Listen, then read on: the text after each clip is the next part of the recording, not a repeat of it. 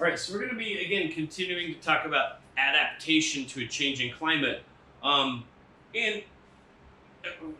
there's a few things. Really, we start to get into politics, right? Which, full disclosure, I'm not a politician. Probably pretty apparent by now. Um, but the primary thing to think about is what we were talking about in the last video. So financially, adaptation is essentially unfair, right? Like some people will need to adapt where others won't, right? Some will see a detriment, others will see a benefit. Um, so that's a big problem, right? And the other thing to think about is, do we have to, right? So who's in charge of this, right? Do you want to just like keep on doing the same old thing? Or do we enact policy, right? Do we enact government policy? And we have a really hard time with that as a nation. It's one of the kind of unique things about the United States, among many, is that we really don't like the government. And it turns out that's kind of all over, the political spectrum. Um,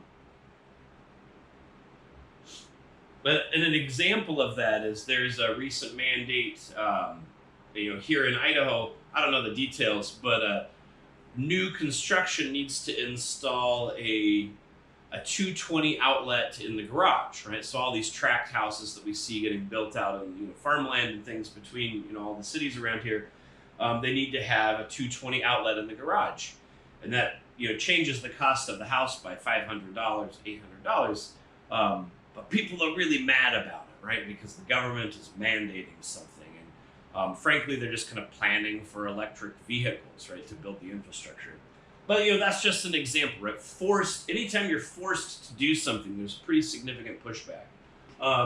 So is it forced adaptation? Is it something that we have to do? Or is it something that we voluntarily do? And you'll see that it's actually kind of a mix. So in the realm of adaptation, the first category that we're going to talk about, whether or not you're forced to do this or not, it's kind of a different argument, is structural adaptation. This is far and away the most straightforward. Is there something that we need to build? Is there something that we need to change? What sorts of things can we do to avoid, the impacts of a changing climate? And a lot of this is actually based around flooding, really flooding and essentially temperature, right? So those are kind of the two main things that we see, a lot of this is built around. So one of the first ones that I want to talk about, so a seawall or some other kind of flood resistance or resilience.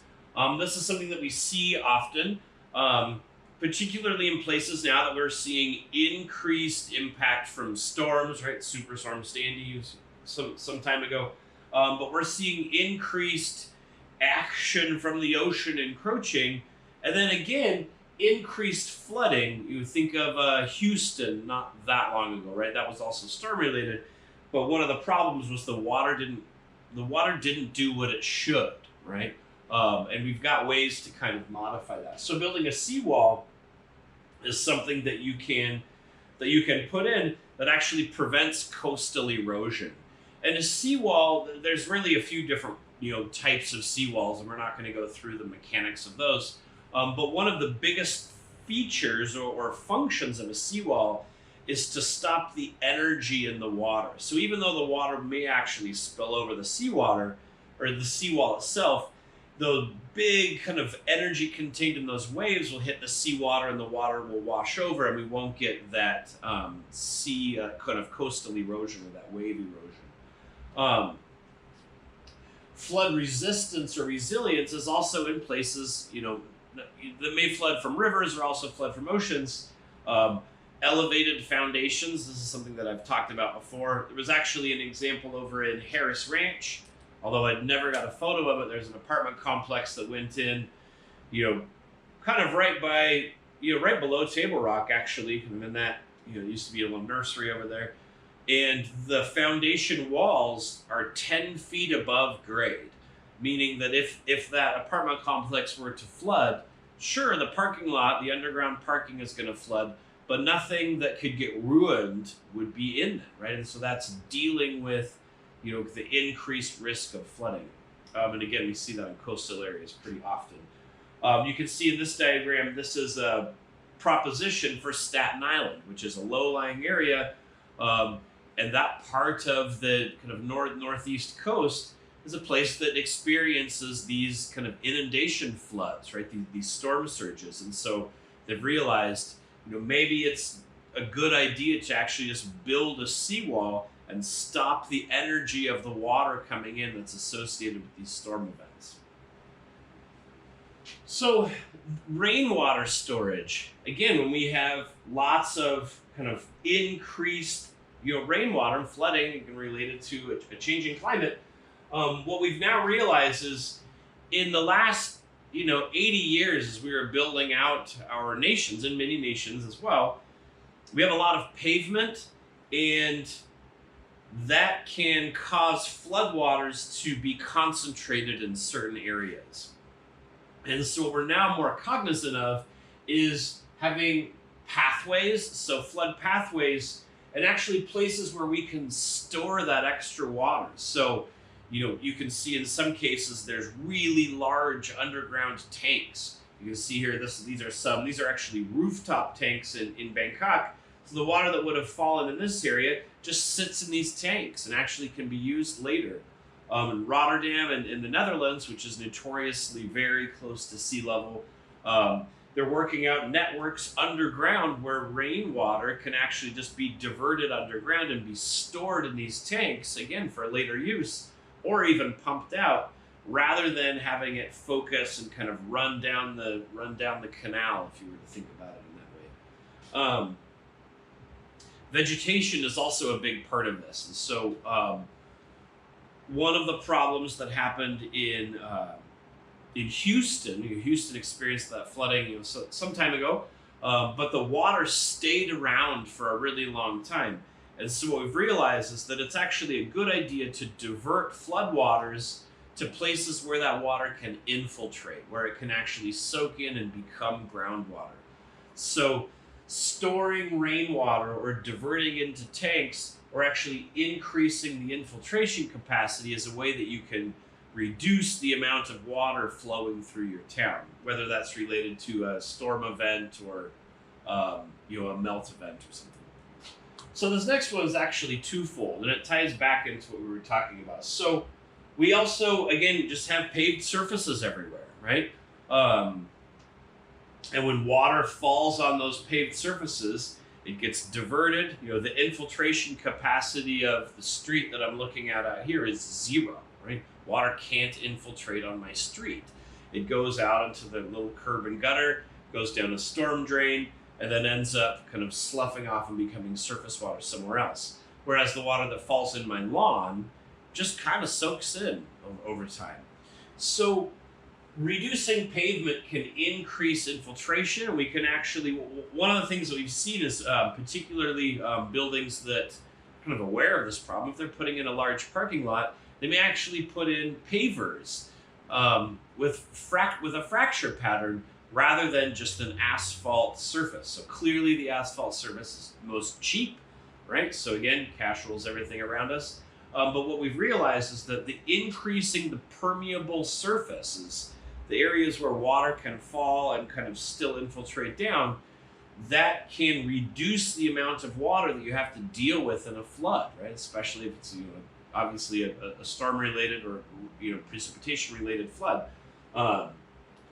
So actually, trying to think of a good example, I know that if you go to Whole Foods down by Boise State, their entire parking lot isn't pavers, but the parking slots themselves are actually brick pavers. So it's partially permeable. But again, it's something that we see, right? So that's a way to decrease the amount of water that ends up as surface water during a flooding event. Reducing pavement also has another kind of benefit, and it's something that we haven't talked about a ton, but it's something that you've all experienced. And so particularly blacktop, right, because of its color, it has a very low albedo. So it actually absorbs a substantial amount of heat. And so in urban areas where we have lots of paved surfaces and also dark roofs, they tend to create what we call a heat island effect. There's more heat absorbed in a city, in an urban area, than there is in a rural area. But a city of kind of electricity-wise is far more efficient than a rural area. So, you but reducing pavement or also having lighter colored pavement, again, pavers can do this, can also reduce the heat trapping effects of something like these endless blacktop parking lots like we have at CWI, right? So continuing along in like what we can do with our built environment, again, this kind of goes both ways, dealing with water and dealing with heat. We've seen a lot of places where we have the emergence of green roofs. So if you look at a city, right, if you're flying over downtown Boise looking down, you're going to see parking lots and you're going to see rooftops, right? It's pretty much all you see. And streets, I guess. Parking lots, streets, and rooftops. Maybe people walking around looking like ants. But one of the things we've seen in a lot of places is actually the notion of a green roof. And a green roof takes some pretty substantial engineering to do, but once the green roof is installed, water that falls in that area can actually be consumed by plants that are growing, so they're consuming CO2, and it also respires that water back into the atmosphere rather than having to deal with it in a storm drain, right?